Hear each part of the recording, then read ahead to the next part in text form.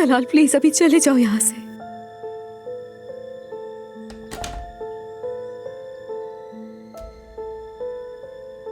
माफ कर दो मुझे। छोड़ दो मेरा पीछा प्लीज, चले जाओ यहाँ से। पहले ही बहुत कुछ हो चुका है तलाल।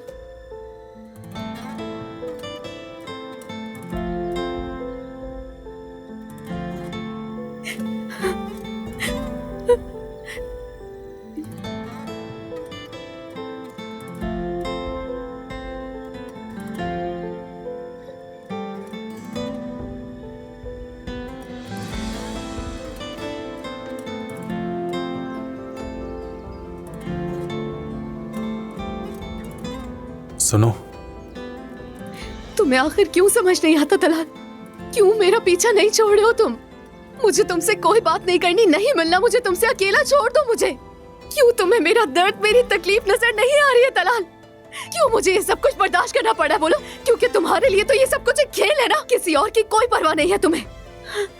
ये सब कुछ तुम्हारी उस बेवकूफाना हरकत की वजह से हुआ है। कहा भी कि मेरे कमरे से निकल जाओ, लेकिन नहीं, तुम तो ढीठ बन के यहीं बैठे हो। चलो उठो, निकलो यहाँ से, जाओ मेरे कमरे से बाहर। तुम्हारी शक्ल तक नहीं देखनी मुझे, कोई बात नहीं करनी मुझे तुमसे। जाओ यहाँ से, निकल जाओ मेरी जिंदगी से। जो करते आ रहे थे बस वही करो। मेरा पीछा छोड़ दो खुदा के लिए, चले जाओ यहाँ से। अब दोबारा इस कमरे में आने की कोशिश मत करना। मेरे दरवाजे को हाथ भी लगाया तो मुझसे बुरा कोई नहीं होगा। दूर रहो मुझसे, तुम समझे?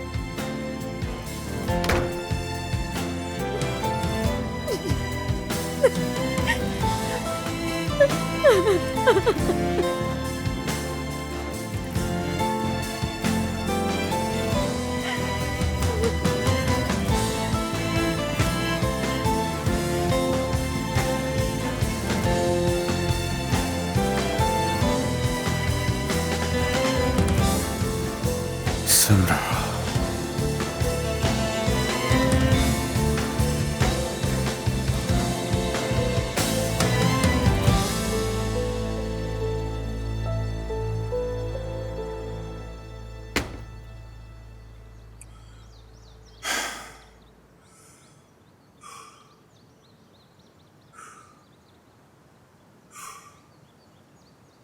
फिकरत, परवीन ने सब कुछ बता दिया है।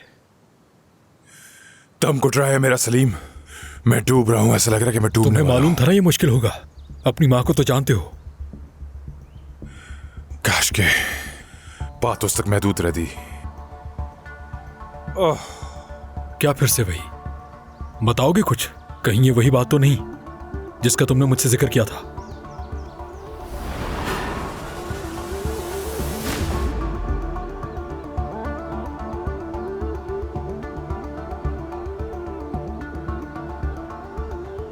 मैंने सेवकी का पीछा करवाया सलीम। क्या? फिकरत, वो अपने साबिक शौहर के घर गई। मैं खुद को रोक ना सका और पीछे चला गया। क्या तुमने कुछ किया तो नहीं? मैं तो बस घर में घुसने ही वाला था, परवीन का फोन आ गया तो रुक गया।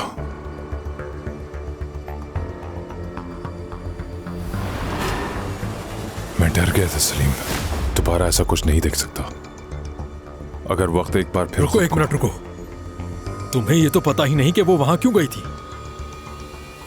असल मसला ये है, देखो, तुमने खुद ही सोच लिया कि वो तुम्हें धोखा दे रही है ना। क्या ये सोचना ठीक है तुम्हारा?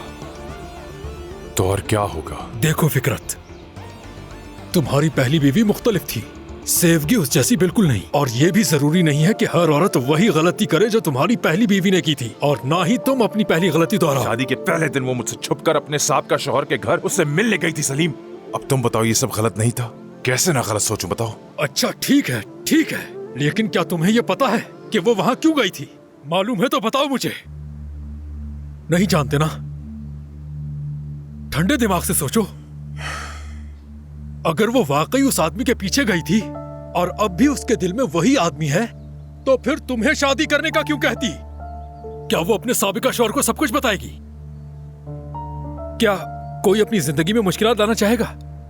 सुबह उसके नाम पर जो फूल आए थे उससे देखकर वो गुस्सा हो गई होगी, हाँ, इसलिए उससे बदला लेने के लिए चली गई होगी।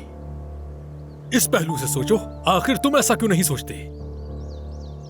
चलो मान लेते हैं उसने ये बात तुम्हें नहीं बताई, क्या ये बताना इतना आसान है? अगर तुम उसकी जगह होते तो क्या ये सारी बातें उसे बताते? हाँ फिकरत, बताते? क्या तुम भी जाकर पहले बदला नहीं लेते? हाँ लेते ना? उसने भी वही किया। तुमने ही तो कहा था कि मुझे एतमाद करना सीखना होगा, और यही मौका है एतमाद करने का। तुम उससे मोहब्बत करते हो और वो तुमसे मोहब्बत करती है। तुम्हारी आंखों में नजर आता है। मुझे पूरा यकीन है ना तुम उसे कभी और ना वो कभी तुम्हें धोखा दे सकती है। मेरे भाई, इस बारे में अच्छी तरह सोचो। सब कुछ तुम्हारे हाथ में है। फिकरत, यूं अपनी खुशियां बर्बाद मत होने देना।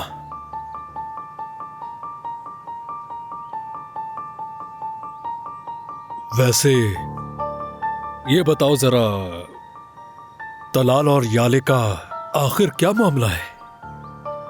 कुछ नहीं, बस उन पे इल्जाम लगाया गया कि उन दोनों के दरमियान कुछ है। अच्छा, तो फिर ये तुम्हारी अम्मी को किसने बताया? उन्हें जिसने भी बताया हो वो तो मैं जान के ही रहूंगा, चाहे कुछ भी हो जाए। ठीक है। फिकरत, कब से तुम्हें ढूंढ रही थी। कैसे हो सलीम? खुशामदीद। ठीक है फिकरत, तुम दोनों बातें करो, मुझे अब इजाजत दो। बहुत शुक्रिया।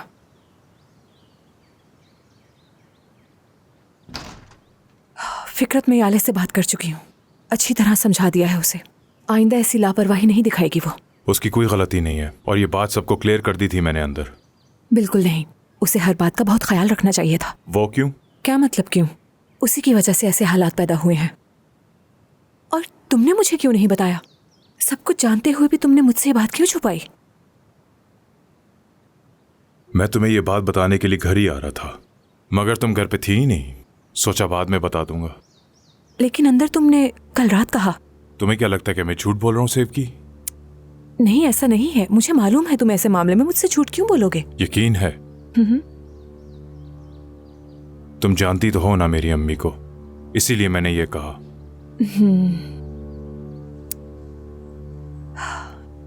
वैसे तुम कहाँ थी? क्या मतलब कहाँ थी? घर पे भी आके देखा तुम्हें, नहीं थी तुम वहां। बताया था ना, मुझे बाहर थोड़ा सा काम है तो वो करके आऊंगी। क्यों? हाँ बताया था। फिकरत, क्या तुम मुझसे कुछ छुपा रहे हो? मैं? हाँ। तुमसे छुपा रहा हूँ? नहीं, यानी जो बात तुमने अंदर सबके सामने की है, अगर उसके अलावा भी कुछ नहीं। देखो ना, इन दोनों बच्चों की वजह से मामलात कितने बिगड़ गए हैं। मुझे लगता है अब उन दोनों का इस तरह आमने सामने रहना ठीक नहीं होगा। मैं चाहती हूँ कि हम याले को किसी और रूम में शिफ्ट कर दें, लेकिन अगर तुम्हें ऐसा करना ठीक नहीं लगता तो हम सोचते हैं इस बारे में। उसके बाद जो भी इन दोनों के लिए बेहतर होगा वो फैसला कर लेंगे। नहीं, हम ऐसा नहीं करेंगे। मगर फिकरत। लेकिन क्या मेरी जान, क्या तुम्हें अपनी बेटी पे यकीन नहीं है? वो साफ साफ कह तो रही है।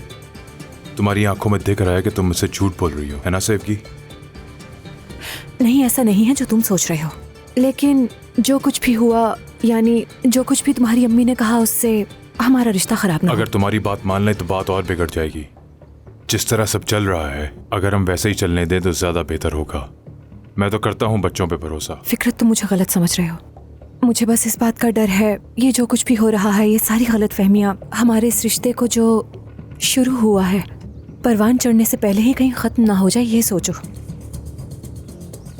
इसका हल भी यही है कि हम एक दूसरे पे भरोसा करें और कुछ छुपाएं नहीं। अगर हम अपने बच्चों पर और आपस में भरोसा नहीं करेंगे, कोई भी हमारी शादी को टूटने से नहीं बचा पाएगा। याद रखना सेव की। खुदा ना करे ऐसा हो। याले पर भरोसा करती हूँ और मुझे कोई मसला नहीं है। ठीक है, अगर तुम ऐसा ही सोचती हो तो फिर कोई मसला नहीं है। तुम कहाँ जा रहे हो? कुछ काम है मुझे।